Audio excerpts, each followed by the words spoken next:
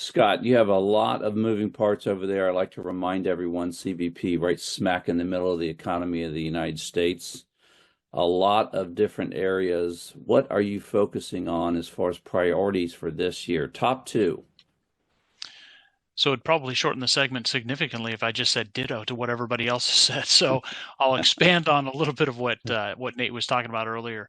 So zero trust architecture could have been, I think Greg was talking about, it could have been named something else. You could call it modernization of cybersecurity or modernization of IT. That's definitely going to Hmm. be one of our focuses that's going to continue. I mentioned how FY24 was kind of the start really for formalizing it through OMB.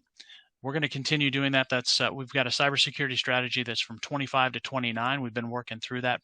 Not a word you'll find in Webster's, but projectizing those different goals. And so we've got multiple projects that we've already been working through for FY25.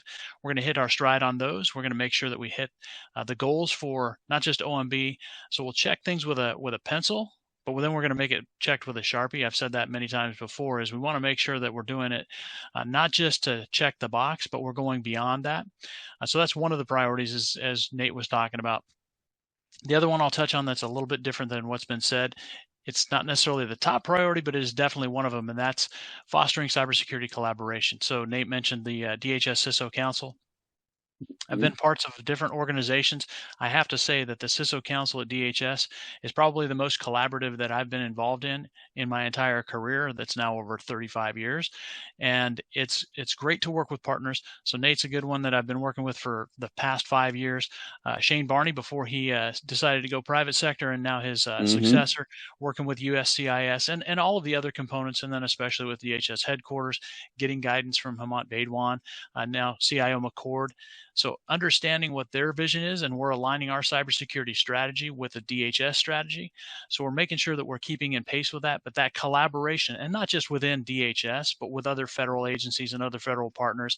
I've been talking with folks from Department of State, Department of Justice, understanding how we don't have to reinvent the wheel. We can leverage AI, and potentially someone else is doing the same thing, and then we can get speed to mission. As my boss loves to say, we're working at the speed of mission. And so doing those types of things, that collaboration, although not the top priority probably, but it's definitely one of the top priorities. And so we're working through a lot of that stuff. And again, that's one of our goals within our strategy from FY25 through 29.